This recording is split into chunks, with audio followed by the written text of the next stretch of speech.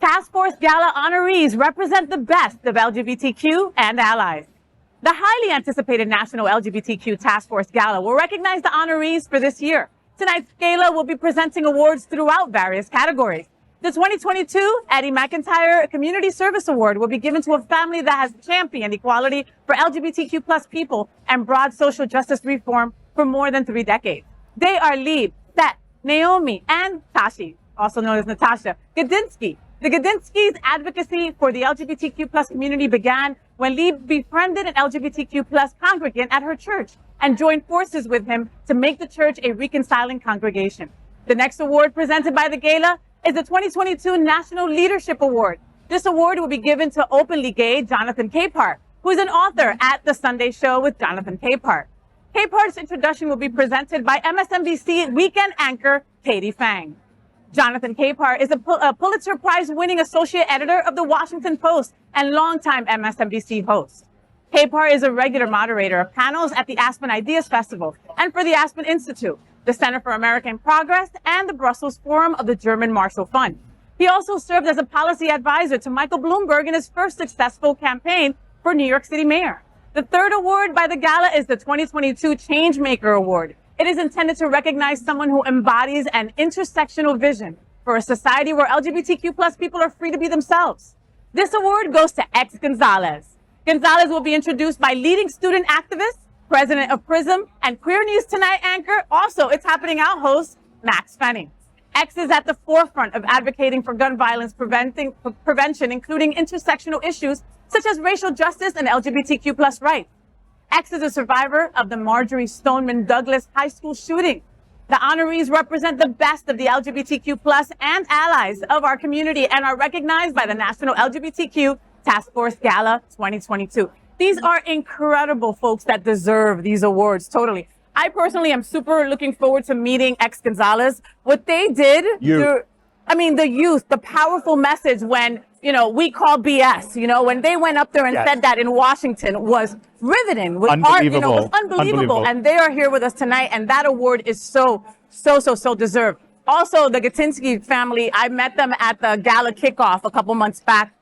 What they do, and they are straight. That's what blows me away. This is a straight family doing so much for our community. Advocacy. And Mr. Capehart, we can go on and on. I am so excited to meet Mr. Capehart, and we have him here tonight. Yes. And absolutely no introduction necessary. Katie Fang has already sat this evening and sang your praises. Of course, I have done it. We'll talk mad stuff about you. Yes, all of the secrets. The LGBTQ community, of course, needs no introduction. Jonathan Capehart, you're being recognized tonight in the National Leadership Award.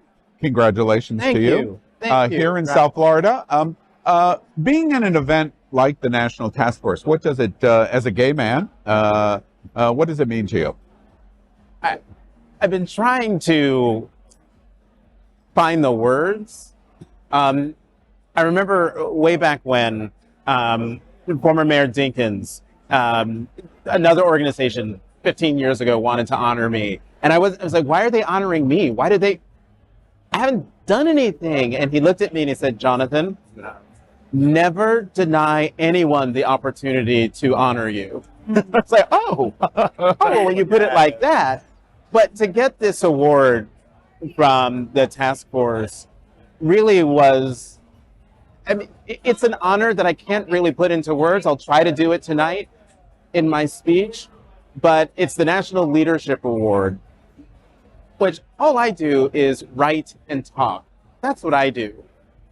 But it's the task force that does the real hard work of walking the halls of power and demanding equality and justice for us, for our community. And so for this organization to say, hey, we see you as a leader, we want to honor you, is just something that I hold right here.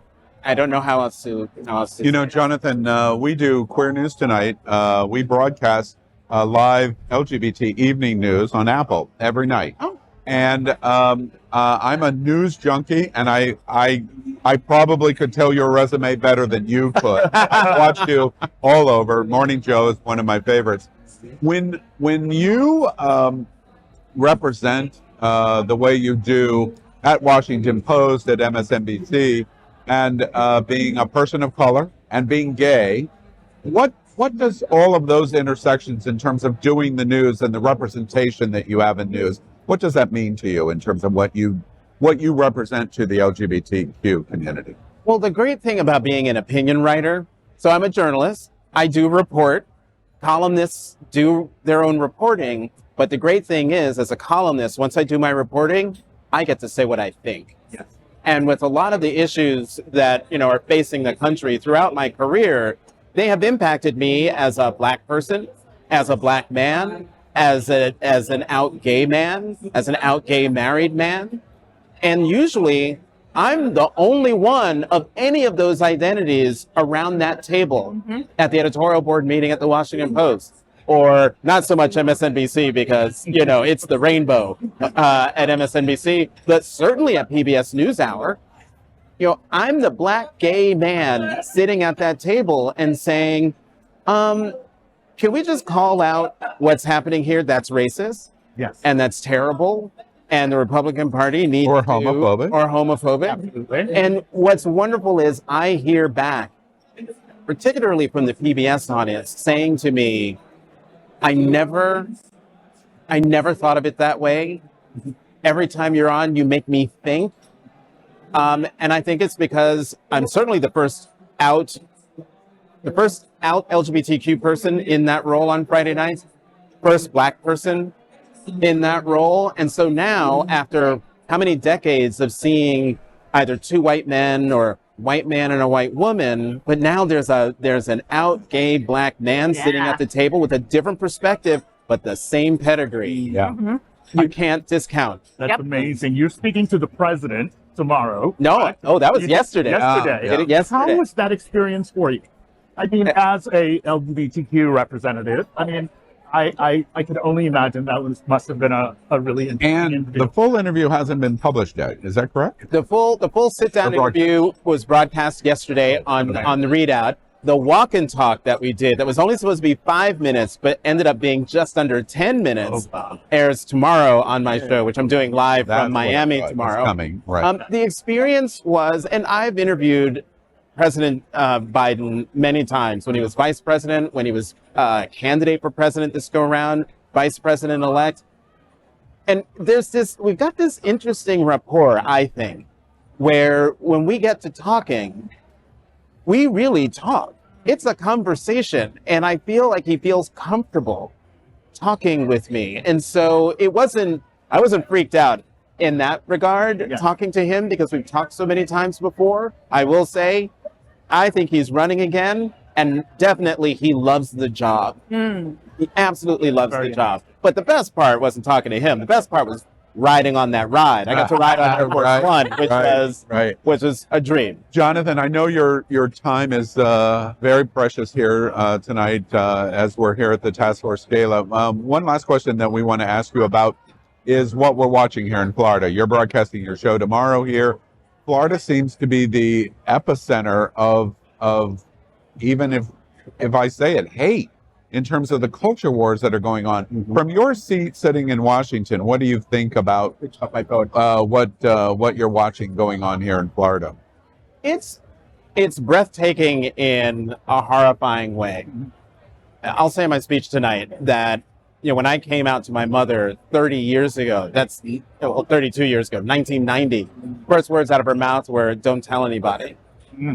America and journalism were two completely different things back then than they are now.